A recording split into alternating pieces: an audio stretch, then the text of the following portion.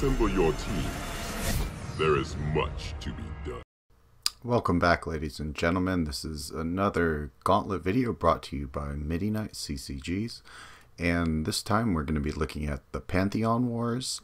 And I made you a Chinese deck. The base of this deck is pretty close to the ranked deck that Blackman Chima used to hit very high MMR on the PS4 ranked ladder. And there's obviously had to have some things that were removed. The biggest things of which were the chaos spawns out of the neutral factions, because they're not allowed in this gauntlet. But other than that, it still really has the core of its power, which is some decent card drawing, very inherently strong synergy. And in this version, because we're not running Gladiator, you have even more consistency with the Erlang Shang. The big thing in this deck that separates it from like Chima's deck is the fact that I'd run double Recursive Vitalities and the Blade Forges for replacements for Brontes mostly. What I noticed with Blade Forge is anytime we're playing Pantheon Wars where I want to pick Chinese, Blade Forge becomes a lot more useful.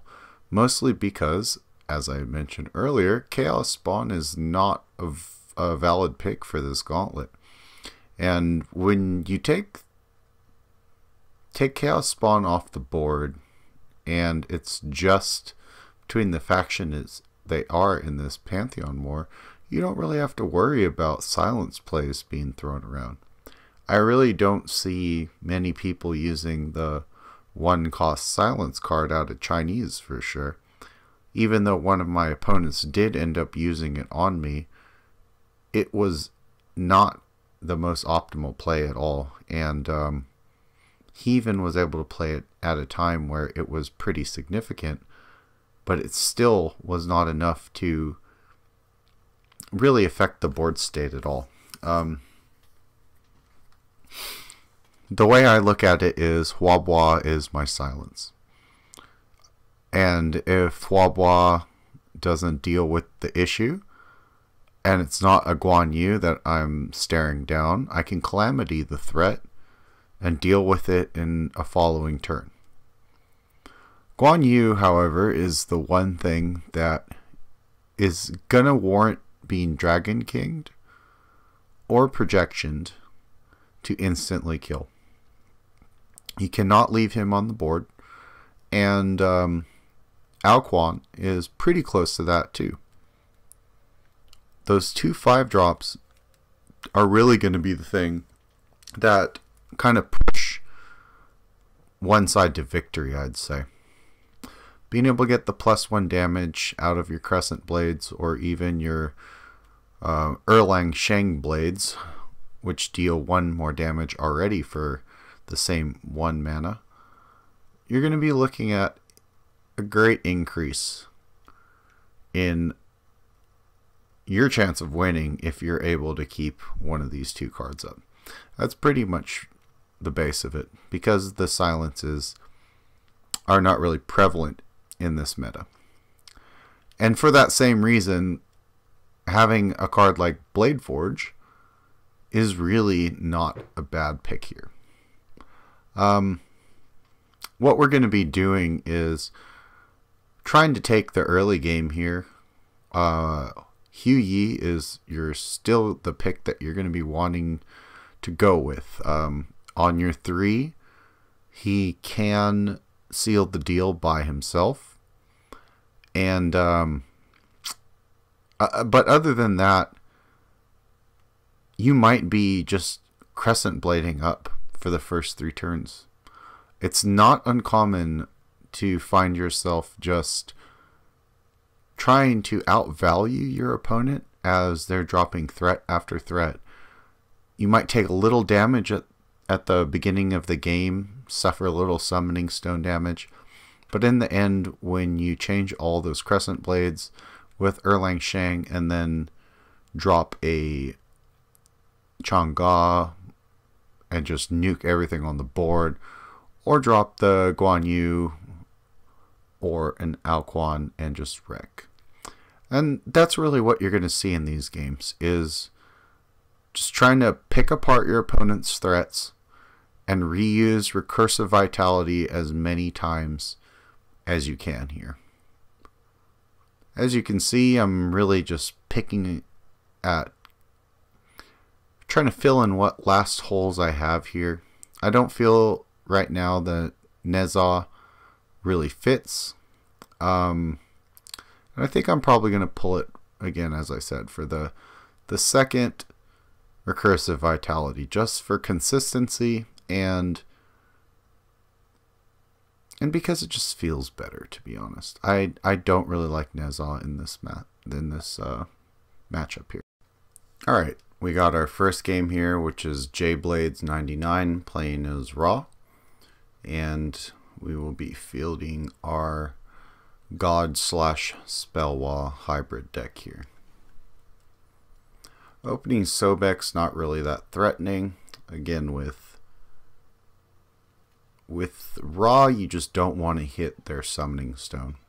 If they don't have a way to heal, they either have to play Khepri, and that's pretty much it, actually. They have to play Khepri if you do not leave damaged things on the board. I guess Geb works too. That technically you get one heal out of him. The max health increase is technically a heal. So we're just going to be powering up this Huabua in the back. Considering putting up a Crescent Blade here, but instead just made more sense to power up the Huabua, projection this Neath over here, and start stacking Crescent Blades for the Erlang Shen that I've got in my hand here. So he's got a pretty decent start against me here. Just kind of biding my time, to be honest.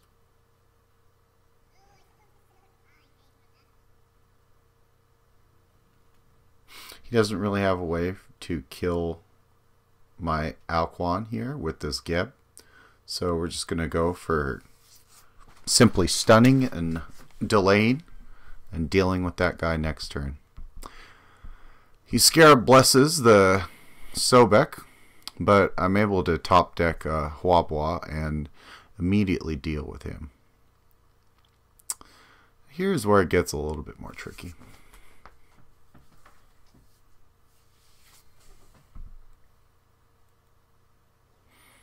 I got enough damage. Excuse me. I have enough damage out of my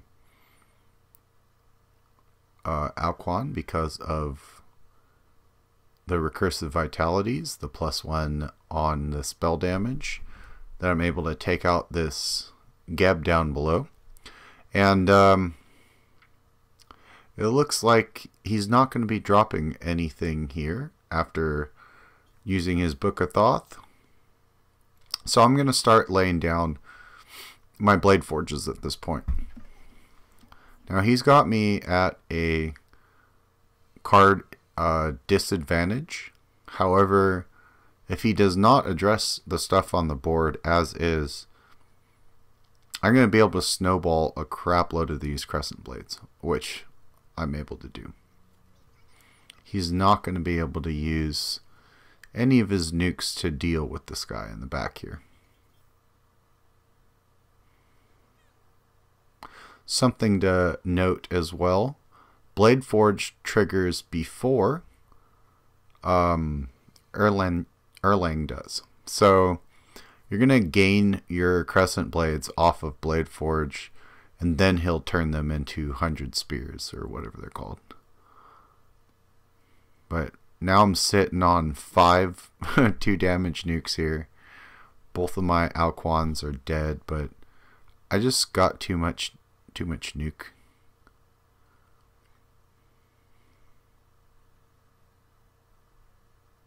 Kind of looking at this Dragon King, but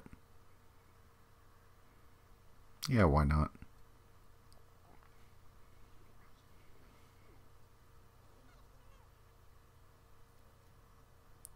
Now at this point, the problem is I'm kind of running out of space in my hand. Now, obviously he just played some stuff that needs to be dealt with here. So what we have to do is clear out some room first. I'm gonna drop the Guan Yu. Luckily, you actually draw, like right there I had Guan Yu as my 9th card, right? He drops and it correctly triggers putting 2 Crescent Blades back in your hand. Sometimes there's some weird triggering issues where cards are still considered in your hand when they trigger, and it's really weird, but with Blade Forge at least it functions as you would think it's intended. Just going on a further Guan Yu rampage here. No reason to waste Crescent Blades when I have plenty of Recursive Vitalities to just go buku on this guy. Magma Slam's pretty good here. Obviously I have to assume he's running low on resources. I've got him down to 3 cards at this point, and every creature I'm playing, I'm able to buff them up with this Recursive Vitality, and I'm getting some Crescent Blades back until he drops the Annihilate on me. Ouch. Fortunately for him, the Annihilate does not allow for much follow-up play, so now that that's gone, I'm going to get a hell of a lot more aggressive with my drops here. The Jingwei is going to come out. I'm going to drop another Erlang and also project away this Neath. Projection and hero power are pretty much the reasons why I went with Chinese instead of Egyptian in this this gauntlet.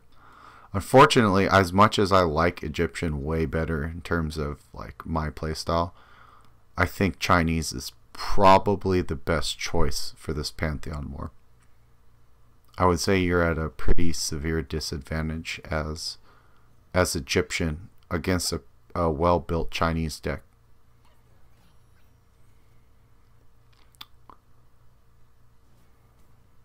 The other thing you might notice that's not in my deck, and I do have the card, don't get me wrong, I'm not really a big fan of Sun Wukong in this deck.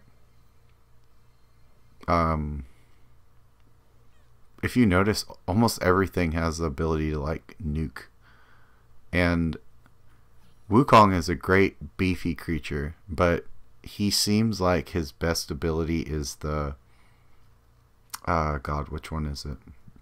The bird one, where it gives everyone else movement.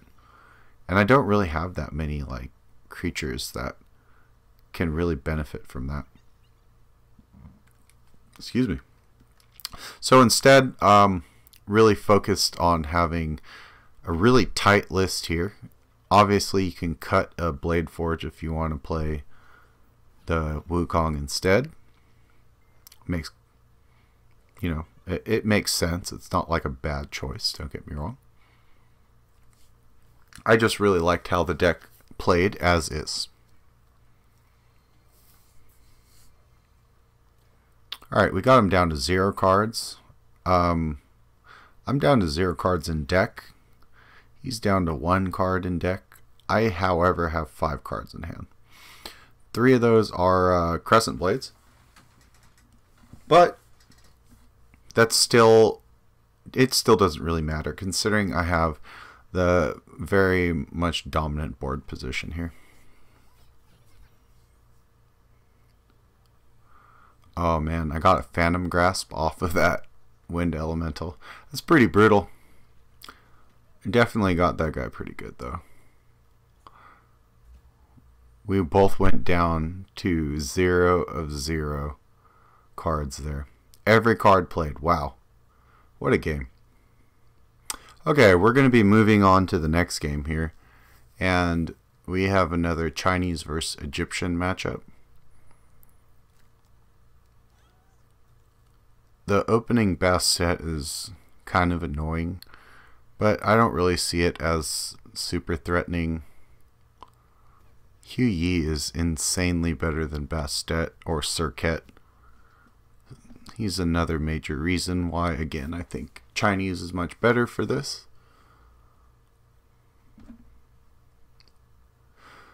He's kind of got me pinned here a little bit. If I kill the Bastet here, it's gonna make all the little wiener beasts. So we're gonna drop the Chang'e to protect my Hugh Yi. He's definitely like, he's the one I want to keep alive. He's one of the bigger damage dealers in this deck, when pumped up with a couple recursive vitalities. So I want to keep these little cats off of him if possible, so he can engage the bigger threats. Alright. Don't have a recursive vitality, unfortunately, so this projection is going to be 1 off.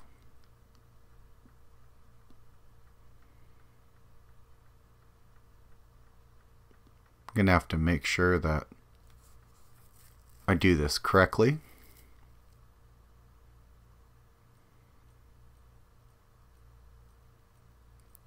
If I kill this Chang'e here before I use my spells, I won't have enough mana to do what I want. Able to pull it off though. Alright, he's up to the double Sobek. I don't know if I would have played them like that. With the Hugh Yi right in front of him, that's obviously a major play mistake here. But I got no complaints.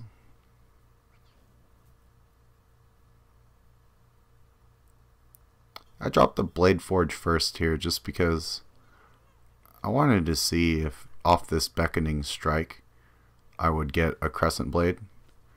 And the answer is you don't. So, just in case you guys were wondering. Got the Jingwei set up here. She's going to show you the Jingwei. I guess she's kind of a queen. I don't know. Let's not go down that rabbit hole though. I'm just going to try to take out this Neath. Still got a pretty good board position. Again, having the active Blade Forge in the back's feeling pretty good.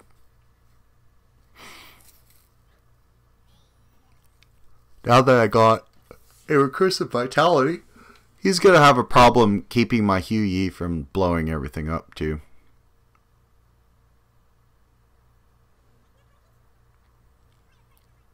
Get the Erlang Shang play here. Recursive Vitality. Remember, Hugh Yi's ability does not trigger a counterattack even if the adjacent enemy is next to Hugh Yi and would be in range. So you are not threatened at all when worrying about that. I'm sitting on a pretty good amount of these spears here. And with that pump on Hugh Yi, it's going to take Annihilate Plus to get rid of this 5-life Alquan.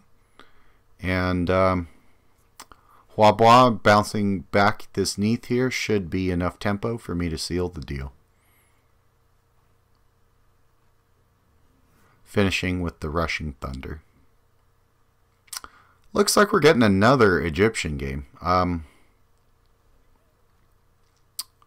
I could see why a lot of people are playing Egyptian. Last weekend, I was playing mostly Egyptian and did not have much success.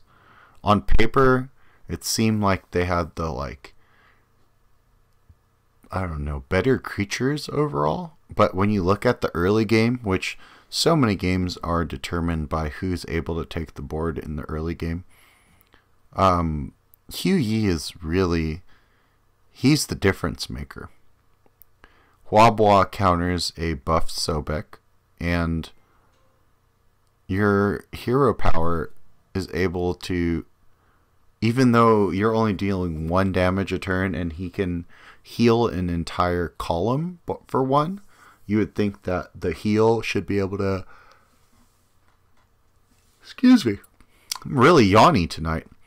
I probably could have to do with that stream till like 2 in the morning yesterday morning. Anyways, anyway, yeah, so Hugh Yi can really seal the game before it even really begins. If you've taken his ability to drop creatures against you away by dropping a Hugh Yi and constantly pumping him up, you're going to eliminate your opponent's ability to to really fight back. Hugh Yi will be able to attack the summoning stone and kill anything your opponent is able to drop. Because of that, I really wouldn't be against seeing the back line corners being viable drop spots for placing units. It kind of makes sense. It's taken an even more defensive position, and you would think that it would be like associated. It would get rid of a lot of this nonsense with getting blocked off or being forced into playing into range of Bologna with her hero power. You just kind of realize that, well, I can't really play my guy over here because he's going to get cleaved into the head, or like if it's not a ranged unit, they're going to move one of their ranged units like Cupid or something in range and then kill you. It can really be a problem. But if they did make those back corners viable drop spots, they would totally have to change the way that spawn works. I personally would like to see you pick where the spawn is going to happen. I can't really think of anything where that would negatively affect that in like in a really big way, but I'm sure there would be some kinks that would have to be worked out for sure. So we're just going to get a stun on this Neath, try to get the Erlang Shang in range, and we'll be Huabuaing the Neath to completely take tempo away from this guy. I'm 1 shot away from killing his summoning stone, and he drops something that's not going to touch my units again. So it's something to ignore and just go for the finish. Dragon King finish at that. Alright, we're going to be going to our 4th game here. And I believe this is the final Egyptian game that we get. I know the 5th game was the best of the set and was a Chinese mirror match. Let's see if this guy is able to put up a little bit more of a fight than some of his other Egyptian comrades. I get the early Hugh Yi. I don't, however, have a vitality to pump him up. My thinking here is if he wants to play his Circuit on 4, it's probably okay with me. I wasn't really expecting this last blast here, or last breath, but I guess it's not the worst. Still getting decent damage out, dropping the Alquan. Wow.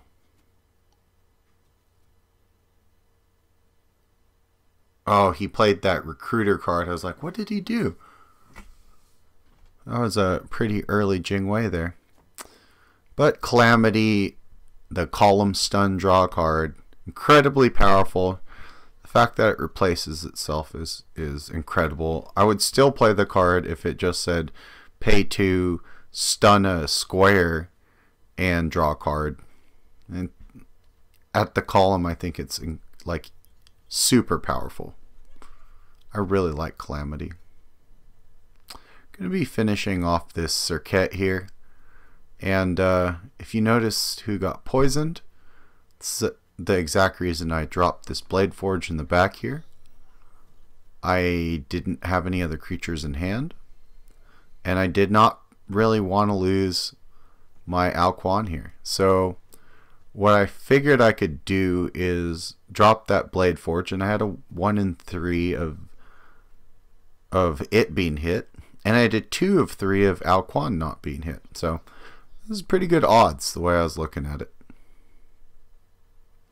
Probably should have diversified some of those vitality buffs so that my Chang'e had a little bit more damage here. 1 damage is kind of crappy. 2 damage is able to do some decent stuff with a yeah, some pretty decent stuff. Like, you kill a lot of decent stuff if you have range. And if you have 3 damage in range, you could kill a lot of the important targets, or at least be very useful as someone who can pick off wounded enemies and stuff. Oh, it looks like he's executing me. It's really not the worst. I think we're going to quickly run this guy out of steam if he's using that strong of a card to deal with my 4-drop that doesn't really threaten him very much, dropping him down to 6 on the Summoning Stone. He goes up to 10 because of heals. Play the Jingwei and Projection, which is such a sweet turn 10 play. And count damage to see if I'm able to finish him here. We got 12, but it's not enough because the tornado's not in range. So instead we kill off the Neath and go straight for the Summoning Stone here. Now, because he's so low, I was really considering using that last spear that I had there to finish off the cat, but it didn't really matter in the end. So I've also kind of ran out of steam. This Blade Forge is going to sit here for a little bit till I get the Guan Yu. Probably could have played the Blade Forge first. Would have had another Crescent Blade here. However, I would have not been able to finish off this on her. So I did make the right play. It was not the right time to get greedy for sure. So we go for the Blade Forge, which is a spell. It's a spell that creates a structure. Keep that in mind. So it will proc your Guan Yu there. And also I'm just trying to figure out if I can kill him outright. Can I clear this board here with the amount of mana I have left? And the answer is yes with the swing. So having him down to 3 cards left, I think I got this game locked up. He concedes and will move to the 5th and final game, which is the Chinese mirror match I had mentioned earlier.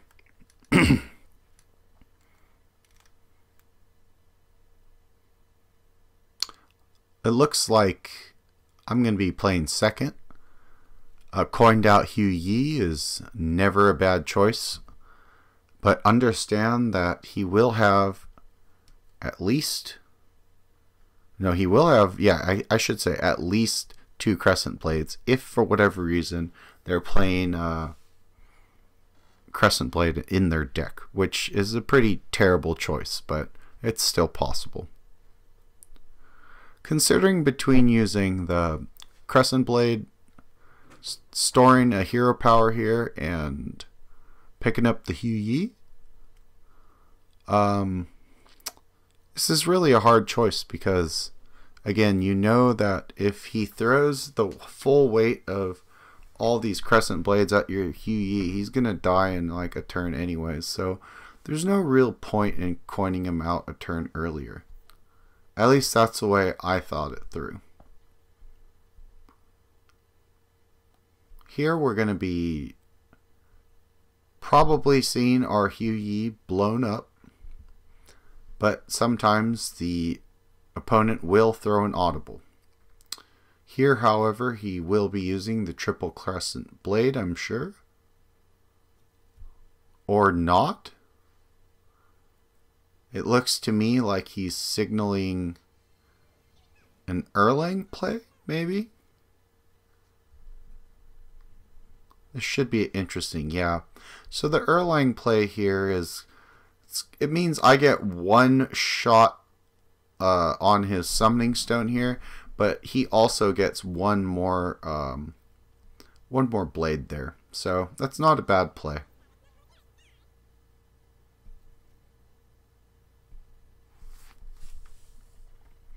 I'm going to stack up Crescent Blades of my own. I already have the Erlang in hand. And then it'll be my turn to blow up his board. It's really important to get these Zhongkeys off the board. He is a card that I really used to like playing in the past before Erlang came out, but it's hard to justify his use at this point considering his stats are kind of crap, to be honest. I think he kind of needs to go up to like a 2-5. His purpose shouldn't be as like some awesome killer to me, but more so focusing on staying alive so that he can build up a pretty powerful demon bag over the long term, and kind of giving an alternative win condition between your 2 Zhongkeys. Remember that a demon bag created by 1 Zhongkey will be powered up by both. So it's kind of cool to think. If he had better stats, his fun mechanic would probably be played a lot more. Part of that too is because Erlang is just, he's pretty crazy. I mean, he's no gladiator, but he's very buffed. The 4/4 is always a nice body on a 4 cost creature. Now here, I'm afraid to drop the Guan kind of willy-nilly. And the reason being is Guan is kind of your get-out-of-jail-free card, right? So you don't want to use your get-out-of-jail-free card like specifically trying to push tempo and board control. You could really get burnt out that you lose your your one trick, right? Just to get some little incremental process. So here, I feel a lot better dropping the Guan because I'm getting value in dropping him as is. Now, in dropping this guy, I'm going to be killing his entire board, and he's going to have to respond. If he does not respond to my Guan and does not, and he casts additional things, they're instantly going to be killed. He is an immediate threat that you have to deal with. But you don't want to throw him out to an empty board so that if your opponent can deal with him, that value is completely lost. It might be worth sacrificing some board position knowing that you can make it up quickly with Guan Yu and a couple of saved up crescent blades or spears in hand. Just going to be bouncing this guy. I can kind of play the tempo game at this point. Probably should be getting the Blade Forge, and yeah, Blade Forge and the pump is definitely the right play here. And I'm pretty happy. I got Jingwei in my hand. I got projection. But I'm mostly happy because he told me good game. Let me tell you, it's not because he's about to give up, apparently, because we still got a solid like 5 more minutes to this match. But at the time, I thought it meant that he was saying he was about to leave.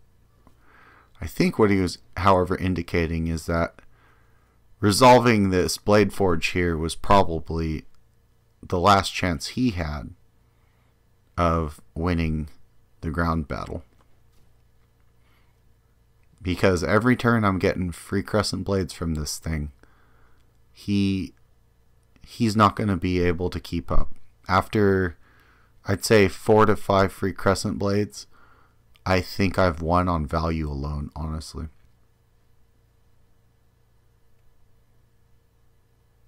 Remember, you cannot just drop a chaos spawn and silence this thing in this format. There are no neutral cards. It's another reason why Recursive Vitality is so powerful as well. It's got to be a bummer. Looking at what I have, I'm at 9 cards. So I'm kind of deciding how I'm going to go under here. I go back up to 9 again, so it's not a big deal as long as he doesn't kill one of these tornadoes and I lose the cards off of them. That'd kind of be a bummer.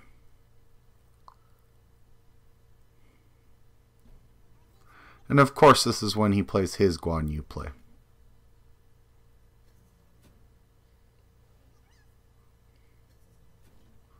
So he wipes my board. I go up to 10 cards. And I take out his Guan Yu immediately, like I mentioned.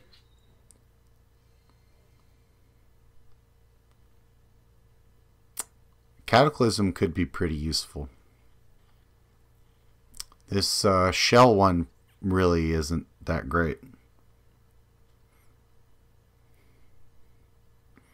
You're going to see...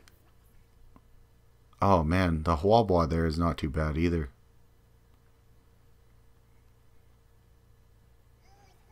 It's a good time to Rolling Thunder. Clear out what he's got. I've got him 7 to 6 cards here. We both have a equal 7 cards in deck. So this is definitely going... This one's going to be going to the last drop here, I think. Another one where probably we will both be going down to a couple cards left.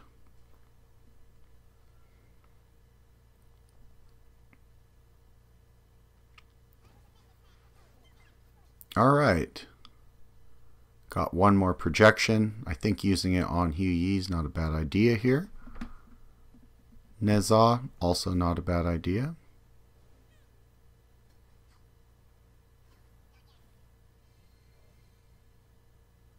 I think I'm just going to drop the Blade Forge in the back again. Start building up more Crescent Blades. I have another Erlang Shang. If it does go super late, having that last burst of Crescent Blades could be the difference between surviving and not surviving, to be honest. I still have to deal with the Sun Wukong, remember. I just bounced him and I'm all out of projections at this point. So that is my highest source of nuke damage to get rid of creatures. I might have one more Calamity left, I believe. But other than that, I'm actually kind of lucky I have this Cataclysm here. The fact that I was able to get this stun off really saved me.